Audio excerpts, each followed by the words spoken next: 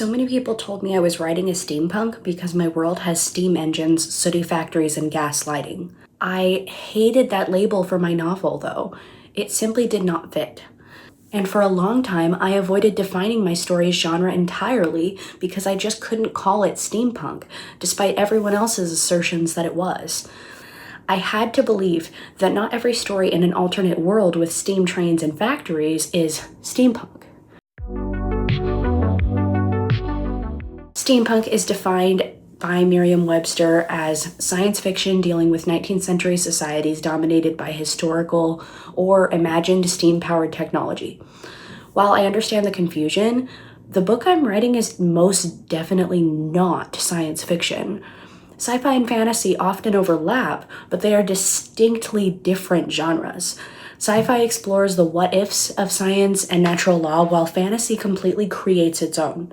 Ndama, the setting of my story, has fantastical creatures, plants, and elements of nature that could not and do not exist in our world.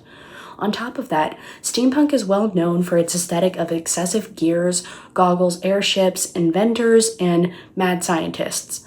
Let's just say that vibe is not really to my taste. So what genre is it? It's a traditional fantasy world, just with the inclusion of realistic, early industrial technology.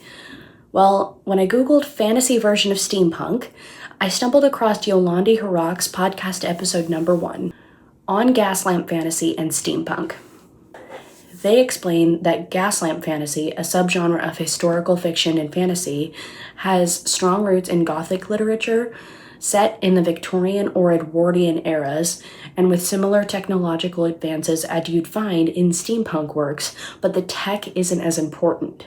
They go on to say, Gothic literature wants to draw strong emotional responses from readers, right? So gaslamp fantasy tends to be more emotive and character-driven.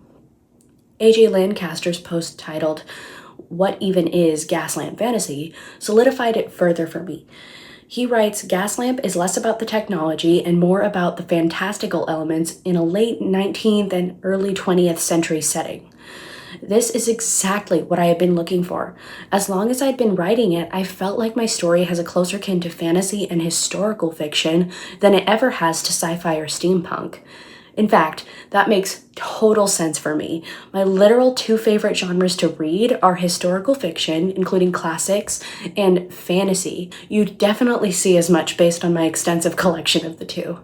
Not to mention, my novel is significantly more character-driven and emotional than a steampunk story. It looks like I'm gonna have to read some Gothic literature as homework.